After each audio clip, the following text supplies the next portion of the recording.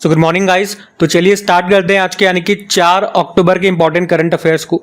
तो इस प्रश्न में आपसे पूछ रहे हैं अभी हाल ही में किस मंत्रालय ने प्रधानमंत्री ई ड्राइव स्कीम की शुरुआत की है। तो आंसर होगा भारी उद्योग मंत्रालय, हैवी इंडस्ट्रीज मिनिस्ट्री ने। तो अभी 1 अक्टूबर 2024 को ही मिनिस्ट्री ऑफ हैवी इंडस्ट्रीज ने नई दिल्ली से प्रधानमंत्री ई ड्राइव योजना को शुरू किया है। और इस मंत्रालय के मंत्री भी याद रखना HD कुमारस्वामी उनका नाम है। और इस योजना को शुरू करने का उद्देश्य नाम से समझ में आ रहा होगा, इलेक्ट्रॉनिक व्हीकल्स को बढ़ावा देना, साथ ही इलेक्ट्रॉनिक चार्जिंग इंफ्रास्ट्रक्चर स्थापित करना जिससे स्वच्छ और सस्टेनेबल ट्रांसपोर्ट को बढ़ावा मिल सके। यहाँ पे प्रधानमंत्री ई ड्राइव योजना की फुल फॉर्म भी है प्रधानमंत्री electronic drive revolution in innovative vehicle enhancement. और अभी कैबिनेट ने 11 सितंबर 2024 को ही इस योजना को मंजूरी दे दी थी और इसके लिए 2 सालों के लिए 10,900 करोड़ रुपए भी मंजूर किए हैं। वैसे मैं आपको याद दिलाना चाहूँगा कि इसी साल भारी उद्योग मंत्रालय ने इलेक्ट्रिक मोबिलिटी प्रमोशन स्कीम 2024 को भी शुरू किया था, जो हमने पढ़ा था।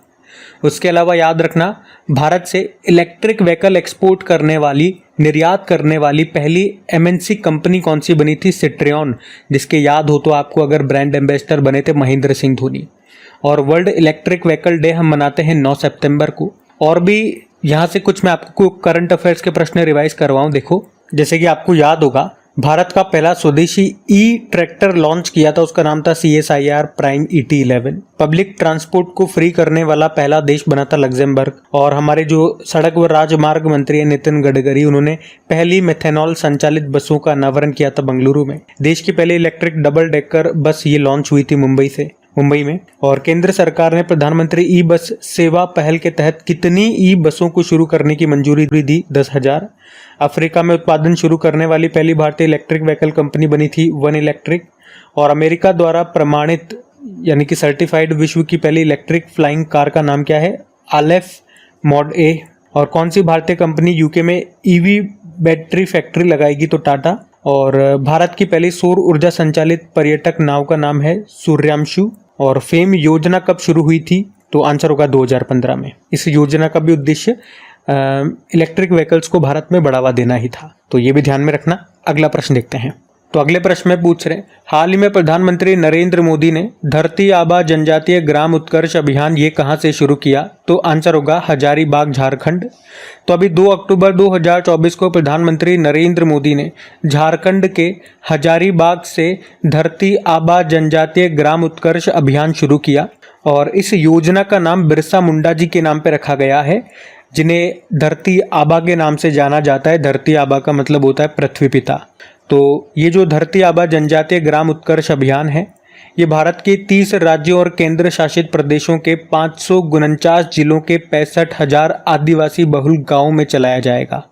और इस योजना के उद्देश्य की बात करें तो केंद्र सरकार के 17 मंत्रालयों और विभागों द्वारा भारत के आदिवासी क्षेत्रों का सोशल इंफ्रास्ट्रक्चर, वहाँ की हेल्थ, वहाँ की एजुकेशन और आजीविका में विकास करना। और इस योजना के लिए 79,150 करोड़ रुपए खर्च किए जाएंगे, जिसका लाभ देश के 5 करोड़ से ज़्यादा आदिवासी भाई बहनों को मिलेगा। आप जानते हो इस योजना के लिए नोडल मंत्रालय कौन सा है? तो केंद्रीय जनजातीय कार्य मंत्रालय, ट्राइबल अफेयर्स मिनिस्ट्री। और उसके मंत्री कौन है? तो आंसर होगा जुएल ओराम। अब योजना वाला प्रश्न है, तो कुछ इंपॉर्टेंट योजनाएं 2024 की कुछ इंपॉर्टेंट योजनाएं मैं आपको रिवाइज कराऊं। तो आपसे पूछा अगर मुख्यमंत्री युवा उद्यम विकास योजना ये कहाँ पे शुरू हुई थी? उत्तर प्रदेश में। हर घर हर गृहिणी योजना हरियाणा में। दीनदयाल स्पर्श योजना डाक विभाग ने शुरू किया था। सुभद्रा योजना भी उड़ीसा में। मुख्यमंत्री बाल पौष्टिक आहार योजना हिमाचल प्रदेश। मुख्यमंत्री सुख आश्रय योजना ये भी हिमाचल प्रदेश में। और मुख्यमंत्री सुख शिक्षा योजना भी हिमाचल प्रदेश में। मुख्यमंत्री निजुत मोइना असोनी योजना को असम में शुरू हुआ। उपवन योजना और हेरिटेज ट्री अडॉप्शन योजना उत्तर प्रदेश में।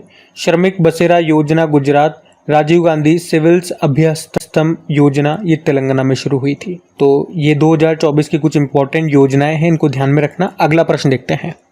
तो अगले प्रश्न में पूछ रहे हैं, हाल ही में अमेरिका के नेतृत्व वाले खनिज सुरक्षा वित्त नेटवर्क में कौन सा देश शामिल हो गया है? तो आंसर होगा भारत।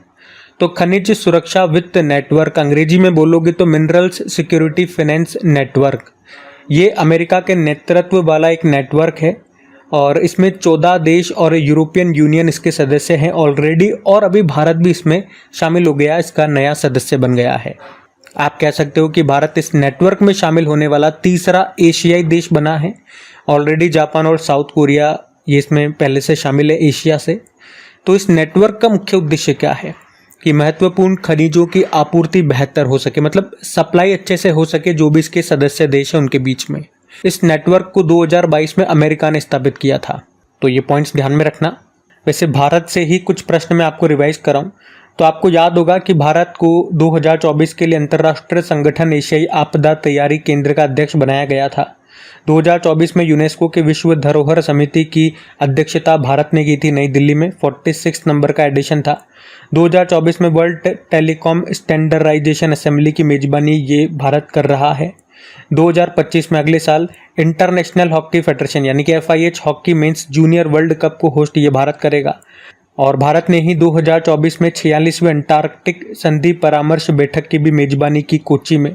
वर्ल्ड ऑडियो विजुअल और मनोरंजन शिखर सम्मेलन ये भारत में होगा, गोवा में होगा इस साल नवंबर में। तीसरे वॉइस ऑफ ग्लोबल साउथ शिखर सम्मेलन की मेजबानी ये भारत ने की। और पहले बिम्स्टेक बिजनेस शिखर सम्मेलन का आयोजन ये भी भारत में हुआ नई दिल्ली में। नागरिक विमानन पर दूसरा एशिया प्रशांत मंत्री स्तरीय सम्मेलन यह भी भारत में ही हुआ था। और नेचर के अध्ययन के अनुसार दुनिया का सबसे बड़ा प्लास्टिक प्रदूषक देश भी भारत को बताया गया था। अभी कुछ दिन पहले ये पॉइंट हमने पढ़ा था। तो भारत से संबंधित ये सारे पॉइंट्स हैं, ध्यान में रखना। अगला प्रश्न देखते हैं। तो अगले प्रश्न में पूछ रहे हैं, अभी हाल ही में मैक्सिको की पहली महिला राष्ट्रपति के रूप में किसने शपथ ली है? तो आंसर हो जाएगा क्लाउडिया शेनबाम।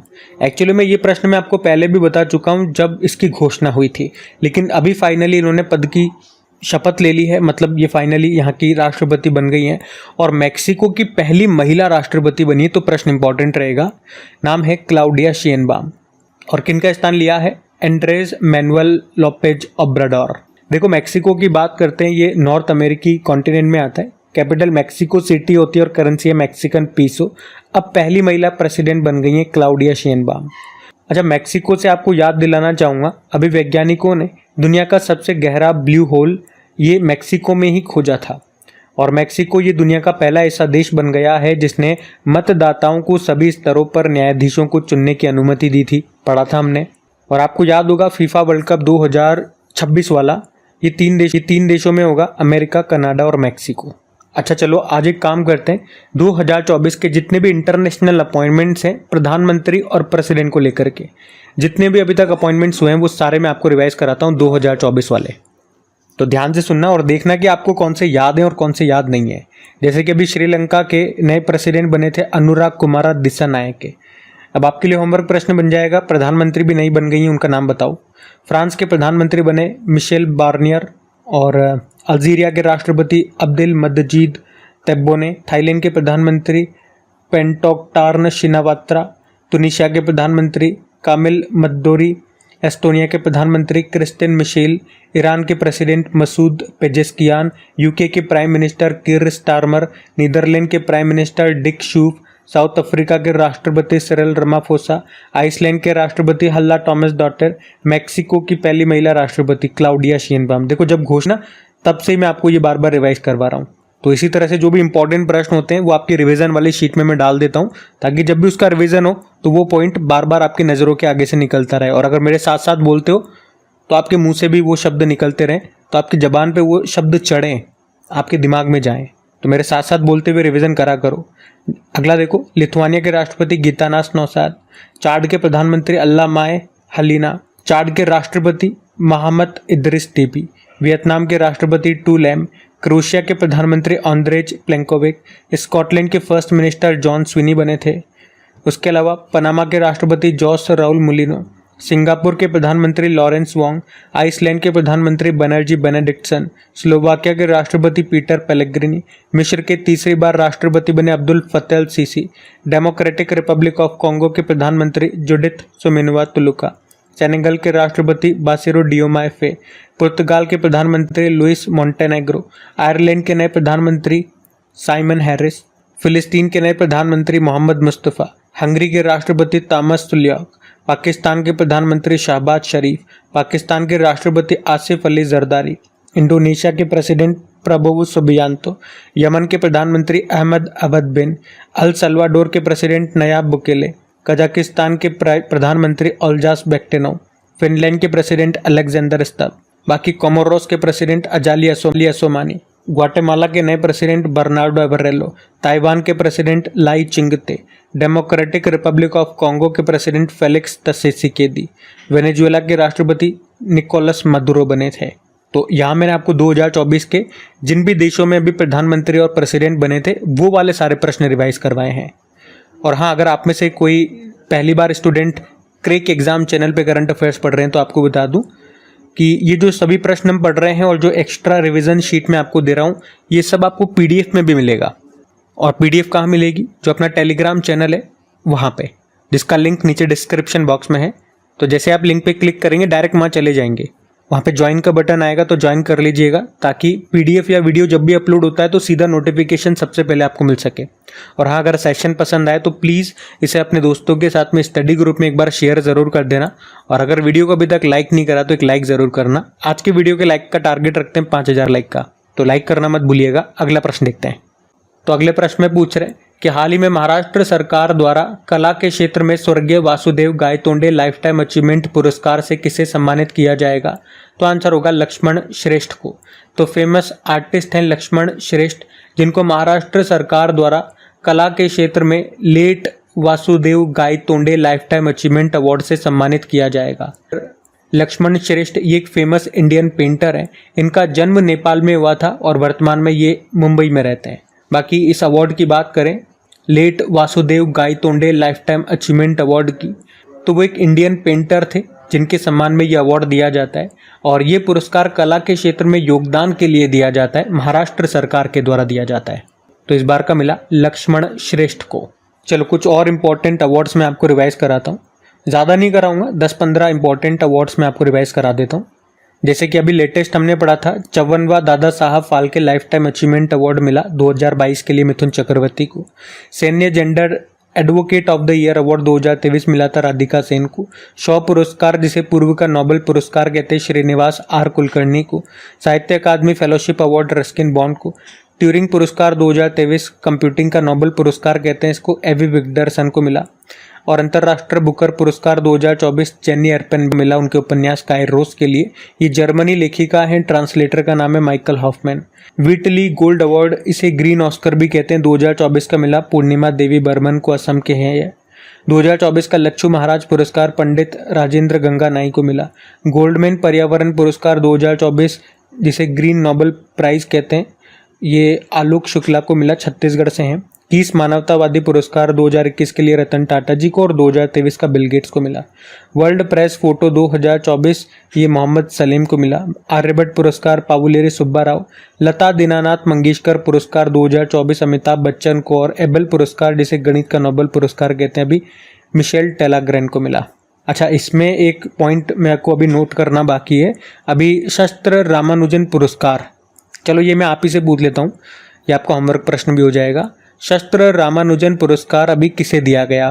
वो अमेरिकी गणितज्ञ हैं, उनका नाम मैं आपसे पूछ रहा हूँ, नाम बताइए। अभी 2-3 दिन पहले ही हमने पढ़ा था, बताइए। हम अगला प्रश्न देखते हैं। फिर अगले प्रश्न में पूछ रहे हैं, अभी हाल ही में किस स्थान पर Ayush medical value travel summit 2024 का आयोजन किया गया? तो आंसर होगा मुंबई में। हिंदी में बोलोगे तो आयुष चिकित्सा मूल्य यात्रा शिखर सम्मेलन, इसका आयोजन अभी महाराष्ट्र के मुंबई में किया गया। और इसकी थीम क्या है? Global synergy in Ayush transforming health and wellness through medical value travel. सम्मेलन का आयोजन भारत सरकार के ministry of Ayush, ministry of tourism और महाराष्ट्र सरकार ने किया। आयोजन करने का उद्देश्य, इस समिट का उद्देश्य क्या है? तो जो आयुष है, आयुष मतलब आयुर्वेद, योग, यूनानी, सिद्ध और होम्योपैथी, तो इसके जैसी पारंपरिक भारतीय चिकित्सा प्रणालियों को आधुनिक स्वास्थ्य देखभाल प्रणालियों के साथ मिलाकर मेडिकल वैल्यू ट्रेवल में भारत की स्थिति को मजबूत करना। आपको पता है अभी भारत के बाहर पहला जन औषधि केंद्र कहाँ पे खोला गया था? तो ये खोला गया था मॉरिशस में। तो ये भी इंपॉर्टेंट प्रश्न रहेगा। अब सबमिट वाला प्रश्न है तो आ जाओ, मैं आपको 2024 की कुछ इंपॉर्टेंट समिट रिवाइज कराऊं। तो एक तो आपको याद होगा भी एआई सुरक्षा पर दूसरा सम्मेलन हुआ था साउथ कोरिया के सियोल में, world future energy summit United Arab अमीरात में, वर्ल्ड सस्टेनेबल डेवलपमेंट समिट नई दिल्ली में, पहला न्यूक्लियर एनर्जी समिट ब्रुसेल में, नवा रायसीना डायलॉग का आयोजन हुआ था नई दिल्ली में जिसमें चीफ गेस्ट रहे थे ग्रीस के प्रधानमंत्री किर्याकोस मित्सोताकिस, पहला digital India future skill summit Guwahati में, 7वां हिंद महासागर सम्मेलन पर्थ ऑस्ट्रेलिया, विश्व सरकार सम्मेलन 2024 दुबई, भारत यूनेस्को के विश्व धरोहर समिति की अध्यक्षता करेगा, ये हमने पढ़ी लिया, 46 नंबर का एडिशन हो चुका है, ये नई दिल्ली में हुआ था। और vibrant Gujarat global trade show का आयोजन हुआ गांधीनगर में, नवा अंतर्राष्ट्रीय विज्ञान महोत्सव फरीदाबाद में, 27वां राष्ट्रीय युवा महोत्सव नासिक में, पहला Bharat steam boiler expo Guwahati में, कृषि अर्थशास्त्रियों का 32वां अंतर्राष्ट्रीय सम्मेलन हुआ नई दिल्ली में, दूसरी बार भारत ने इसको होस्ट किया है। उसके अलावा अभी 19वां CII भारत अफ्रीका व्यापार सम्मेलन हुआ नई दिल्ली में, 8वां धर्म धम्म सम्मेलन 2024 अहमदाबाद में हुआ और चीफ गेस्ट थे हमारे वाइस प्रेसिडेंट जगदीप धनखड़, पहला बिम्स्टेक बिजनेस शिखर सम्मेलन हुआ अभी नई दिल्ली में, और चौथा राष्ट्रीय हिंदी विज्ञान महोत्सव 2024 ये हुआ भोपाल में, विश्व शिक्षा सम्मेलन 2024 दुबई में, जिला न्यायपालिका का राष्ट्रीय सम्मेलन नई दिल्ली में, और नागरिक विमानन पर दूसरा एशिया प्रशांत मंत्री स्तरीय सम्मेलन भारत में हुआ, पहला विश्व ऑडियो विजुअल और मनोरंजन शिखर सम्मेलन ये गोवा में होगा मतलब इस साल, नेशनल ई गवर्नेंस कॉन्फ्रेंस 2024 का आयोजन हुआ मुंबई में, ग्लोबल AI शिखर सम्मेलन 2024 हैदराबाद में, पहला संयुक्त कमांडर सम्मेलन लखनऊ में, दूसरा अंतर्राष्ट्रीय बौद्ध मीडिया सम्मेलन 2024 नई दिल्ली में, और दूसरा ग्लोबल फूड रेगुलेटर समिट 2024 नई दिल्ली में हुआ था। उद्घाटन किया था हमारे हेल्थ मिनिस्टर JP नड्डा ने। तो ये 2024 के कुछ इंपॉर्टेंट समिट्स हैं, ध्यान में रखना। अगला प्रश्न देखते हैं।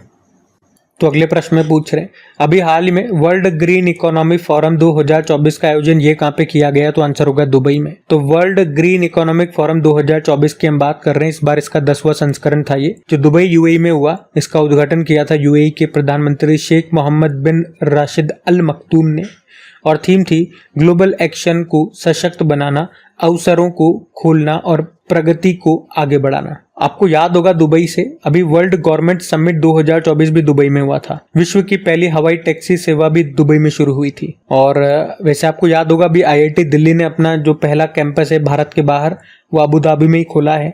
और अभी महिलाओं का T20 वर्ल्ड कप 2024 ये यूनाइटेड अरब अमीरात में शुरू हो चुका है, जो पहले बांग्लादेश में होने वाला था। तो ये भी ध्यान में रखना पॉइंट्स। अगला प्रश्न देखते हैं। फिर आपसे पूछ रहे हैं अभी हाल ही में नीति आयोग का महिला उद्यमिता चैप्टर पाने वाला पहला राज्य कौन सा बन गया, या उसमें शामिल होने वाला पहला राज्य कौन सा बन गया, तो आंसर होगा तेलंगाना। तो याद रखेंगे सबसे पहले तो कि तेलंगाना ये नीति आयोग का महिला उद्यमिता प्लेटफॉर्म चैप्टर पाने वाला पहला राज्य बन गया है। इसका उद्देश्य क्या है कि विभिन्न क्षेत्रों में महिला उद्यमियों को, जो वुमेन्स एंटरप्रेन्योर है, उनको बढ़ावा देना, उनका समर्थन करना। तो ये मंच उनके व्यवसाय को आगे बढ़ाने के लिए जो भी संसाधन उपयोग में आते हैं, जो भी उपकरण, जो भी चीज़ें उन्हें चाहिए होती है आगे बढ़ने के लिए, उनके व्यवसाय को आगे बढ़ाने के लिए, तो ये सब फैसिलिटी ये प्रोवाइड करेगा। मतलब एक मजबूत नेटवर्क प्रदान करेगा महिला उद्यमियों को आगे बढ़ाने के लिए, ये याद रखो। बाकी पहले नीति आयोग की बात करें। नीति मतलब होता है national institute for transforming India. ये योजना आयोग के स्थान पे आया था 1 जनवरी 2015 को। इसके अध्यक्ष प्रधानमंत्री होते हैं भारत के, वर्तमान में नरेंद्र मोदी हैं। उपाध्यक्ष डॉक्टर सुमन के बेरी और वर्तमान में CEO BVR सुब्रमण्यम है। आपको मैं याद दिलाना चाहूँगा, अभी नीति आयोग ने जो sustainable development goal India index 2023-24 जारी किया था, उसमें भारत का स्कोर 71 था और टॉप पे उत्तराखंड और केरल था। बाकी देखो बात यहाँ पे तेलंगाना की भी है, तो ये रहा मैप में तेलंगाना। कैपिटल हैदराबाद है, मुख्यमंत्री है रेवंत रेड्डी और गवर्नर है जिष्णु देव वर्मा। आपको याद है अभी भारतीय वायुसेना प्रमुख ने हथियार प्रणाली स्कूल का उद्घाटन कहाँ पे किया था, हैदराबाद में। वैसे अभी नए हमारे एयर चीफ मार्शल बन गए। चलो आप बताओ हमारे नए एयर चीफ मार्शल कौन बन गए हैं, ये आपके लिए प्रश्न हो गया। चलो एक और। बाकी 2024 में भारत में जो ई-प्रिक्स का दूसरा संस्करण होगा वो हैदराबाद में ही होगा। और अभी इंडिया ट्रेवल अवार्ड्स में बेस्ट एयरपोर्ट का अवार्ड मिला था राजीव गांधी इंटरनेशनल एयरपोर्ट को, यह हैदराबाद में है। स्वास्थ्य मंत्रालय के अनुसार शवदाताओं के अंगदान में टॉप राज्य ये तेलंगाना है। अभी टाइम मैगजीन की 2024 के विश्व के सबसे महान स्थानों की सूची आई थी, उसमें 3 भारतीय स्थान भी है। एक तो हिमाचल प्रदेश का नार बुटीक होटल, और ये हैदराबाद में जो मनम चॉकलेट फैक्ट्री है वो, और मुंबई में जो म्यूजियम ऑफ सॉल्यूशन है वो। टीबी मुक्त नगर पालिकाओं के लिए स्वास्थ्य नगरम परियोजना शुरू की थी यहाँ पे। राजीव गांधी सिविल्स अभ्यस्तम योजना यहाँ शुरू हुई थी और उत्तर पूर्वी राज्यों पर केंद्रित पहला भारतीय कला महोत्सव अभी सिकंदराबाद में हुआ था। इसका उद्घाटन हमारी प्रेसिडेंट ने किया था। बाकी कनुमा त्यौहार यहाँ मनाया जाता है, बथुकम्मा फेस्टिवल जिसे फूलों का त्यौहार कहते हैं, बोनालू उत्सव होता है, मेदराम जात्रा उत्सव होता है। कुंभ मेले के बाद दूसरा सबसे बड़ा मेला यही है। तो तेलंगाना से ये पॉइंट्स भी ध्यान में रखना। अगला प्रश्न देखते हैं। तो अगले में पूछ रहे हैं कि भारतीय समाचार पत्र सोसाइटी के नए अध्यक्ष कौन बन गए? तो आंसर होगा MV श्रेयांश कुमार। तो इंडियन न्यूज़पेपर सोसाइटी जो कि भारत में प्रिंट मीडिया आयोग का प्रमुख संगठन है और अभी इसी के नए अध्यक्ष बन गए हैं ये MV श्रेयांश कुमार, जो कि प्रसिद्ध मृत्युभूमि समाचार पत्र के मैनेजिंग डायरेक्टर हैं और इस तरह से यहाँ पे उन्होंने राकेश शर्मा का स्थान लिया है। अच्छा, कुछ और अपॉइंटमेंट्स भी मैं आपको यहाँ रिवाइज कराऊँ। जैसे अभी सतीश कुमार रेलवे बोर्ड के नए चेयरमैन और CEO बने थे। बी श्रीनिवासन राष्ट्र सुरक्षा गार्ड के, नेशनल सिक्योरिटी गार्ड के नए director general. Rajwinder Singh Bhatti CISF के director general. Daljit Singh Chaudhary border security force के डायरेक्टर जनरल। और SSB के आप बताओ, SSB के कौन बन गए? अब ये नहीं है, SSB के नए बन गए, बताओ कौन? सिंधु गंगाधरन ये नेस्कॉम की चेयरपर्सन बनी, तो राजेश नाम्बियार नेस्कॉम के president. Jay Shah international cricket council के नए अध्यक्ष बनेंगे इस साल के एंड में। मोहसिन नकवी ये पाकिस्तान क्रिकेट बोर्ड के अध्यक्ष हैं, एशियन क्रिकेट काउंसिल के नए अध्यक्ष बनने वाले हैं। Sanjeev Ranjan Indian Ocean Rim Association के डायरेक्टर जनरल बन जाएंगे। अशोक कुमार सिंह कर्मचारी राज्य बीमा निगम के डायरेक्टर जनरल बने। P हरीश इंपॉर्टेंट नाम है, संयुक्त राष्ट्र में भारत के परमानेंट रिप्रेजेंटेटिव बने। राहुल नवीन प्रवर्तन निदेशालय एनफोर्समेंट डायरेक्टरेट के नए डायरेक्टर। रेलवे बोर्ड के नए अध्यक्ष ये तो हमने पढ़ लिया ऊपर। बाकी मनोज मित्तल सिडबी के नए CMD बने और रॉबर्ट J रवि ये BSNL के नए CMD बने। प्रीति सुडान की बात करें, संघ लोक सेवा आयोग UPSC के नए अध्यक्ष बनी थी। तो ये इंपॉर्टेंट अपॉइंटमेंट्स भी हमने कर लिए। अगला देखते हैं चलो। तो अगले में पूछ रहे हैं कि अभी प्रधानमंत्री नरेंद्र मोदी ने किस राज्य में 4 बायोगैस यूनिट का अनावरण किया? तो आंसर होगा असम में। तो अभी प्रधानमंत्री नरेंद्र मोदी ने स्वच्छता ही सेवा कार्यक्रम 2024 के हिस्से के रूप में भी असम में 4 कंप्रेस्ड बायोगैस प्लांट्स का अनावरण किया, उनके निर्माण की शुरुआत की। ये प्रोजेक्ट असम के गुवाहाटी, जोरहाट, शिवसागर और तिनसुकिया में बनाए जाएंगे। इसके अलावा आपको बता दूं कि ऑयल इंडिया लिमिटेड और पेट्रोलियम और नेचुरल गैस मिनिस्ट्री ये साथ में मिलकर के 2024-25 तक टोटल 25 कंप्रेस्ड बायोगैस प्लांट स्थापित करेंगे, जिनमें से 4 अभी असम में बनाए जा रहे हैं। बाकी असम की बात करें, इसकी कैपिटल दिसपुर होती है। मुख्यमंत्री हेमंत बिस्वा शर्मा और गवर्नर है गुलाब चंद कटारिया। आपको याद होगा अभी असम का मोइदम स्थान जो है ये यूनेस्को की विश्व धरोहर सूची में शामिल किया गया था भारत की ओर से। असम राइफल्स के डायरेक्टर जनरल विकास लखेरा बने थे, ये पॉइंट भी ध्यान में रखना। और वैसे नॉर्थ ईस्ट का पहला कंप्रेस्ड बायोगैस प्लांट ये असम में ही खोला गया था, पिछले साल हमने पढ़ा था। तो आज की क्लास यहीं तक रखते हैं। ये थी जी आज की हमारी करंट अफेयर्स की क्लास। कमेंट करके ज़रूर बताइएगा सेशन आपको कैसा लगा। बाकी एक बार फिर से याद दिला दूँ, PDF मिलेगी टेलीग्राम में। सेशन पसंद आए तो लाइक ज़रूर करना, नहीं करा तो अभी तक, और दोस्तों के साथ में स्टडी ग्रुप में एक बार शेयर ज़रूर करना। तो चलो अभी कल के करंट अफेयर्स का आपको क्विक रिविजन करा दूँ, फिर हम सेशन एंड करते हैं। तो यहाँ पे हम 3 अक्टूबर के इंपॉर्टेंट करंट अफेयर्स का क्विक रिवीजन कर रहे हैं। पहला प्रश्न पूछा था, ब्रेन लारा की आत्मकथा का नाम क्या है? Lara the England chronicles. फिर पूछा भी चर्चा में रहे, स्वच्छ भारत अभियान की शुरुआत कब हुई थी? 2 अक्टूबर 2014 को। फिर पूछा कौन सा देश 2025 में पहले खो खो विश्व कप की मेजबानी करेगा? भारत। फिर पूछा नाटो 2025 में अपना उत्तरी भूमि कमान कहाँ स्थापित करेगा? फिनलैंड। अपना अंतिम कोयला बिजली संयंत्र बंद करने वाला पहला G7 कंट्री कौन सा है? तो आंसर होगा इंग्लैंड। माँ दुर्गा अभियान ये कहाँ पे शुरू किया गया? तो आंसर होगा महाराष्ट्र।